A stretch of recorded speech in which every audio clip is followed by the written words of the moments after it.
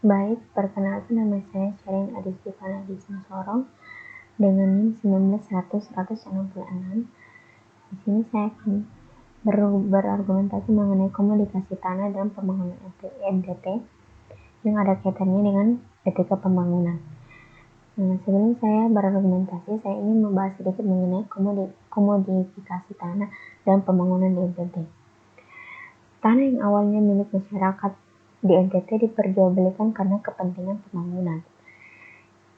Di NTT sendiri sedang terjadi pembangunan besar-besaran di bidang pariwisata, sehingga pemerintah melakukan segala macam upaya untuk terlaksananya pembangunan tersebut. Salah satunya itu dengan komodifikasi tanah. Hal ini dilakukan untuk memenuhi proses akumulasi kapital. Dalam pembahasan komodifikasi tanah, dijelaskan juga bagaimana pola yang digunakan dalam proses komodifikasi tanah dan pembangunan di Nusa Tenggara Timur. Salah satunya adalah legalization, adalah proses pengadministrasi tanah dalam bentuk sertifikasi. Sertifikasi dalam artian ini bukanlah hal kepemilikan, tetapi mengukuhkan posisi sekaligus dominasi negara dan pasar dalam tanah tersebut.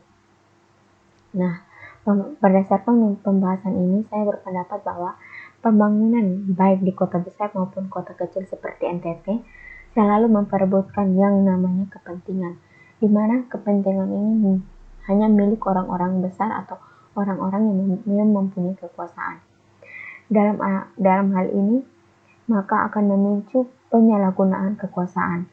Hal ini bisa dibuktikan dengan orang-orang elit yang tidak sedikit untuk melakukan kebijakan pembangunan dan yang ditujukan untuk kepentingan mereka sendiri, tanpa memperhatikan kepentingan kelas menengah dan kelas bawah yang tidak memiliki kekuasaan. Nah, akibatnya pembangunan gagal dan tidak terciptanya kesejahteraan dan kemakmuran dalam skala yang luas.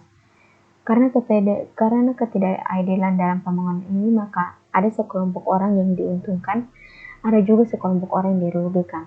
Karena pada dasarnya, pembangunan ini hanya menjadi sebuah alat untuk sekelompok orang-orang elit untuk memperjuangkan kepentingan ekonomi politik mereka sendiri. Dan bagi orang-orang kecil, mereka yang paling dirugikan karena mereka hanya dijadikan sebagai objek. Untuk itu, pemerintah harus lebih memperhatikan lagi regulasi pembangunan tersebut, dan pemerintah harus lebih berupaya agar tindakan tersebut tidak terjadi lagi. Nah, agar terciptanya pembangunan yang adil dan mensejahterakan masyarakat, maka pemerintah harus memperhatikan 3 fungsi elit pembangunan, yaitu mengangkat nilai-nilai sebagai suatu kebutuhan atau needs, bukan sekedar kemauan atau want, berbasis pada keadilan atau justice, bukan sekedar sedekah atau charity. Keadilan yang bukan bersifat individual atau perilaku, tetapi terstruktur dan terlembaga dan tidak sekedar manipulasi. Baik, sekian dari argumentasi saya mengenai komodifikasi tanah dan pembangunan di NTT.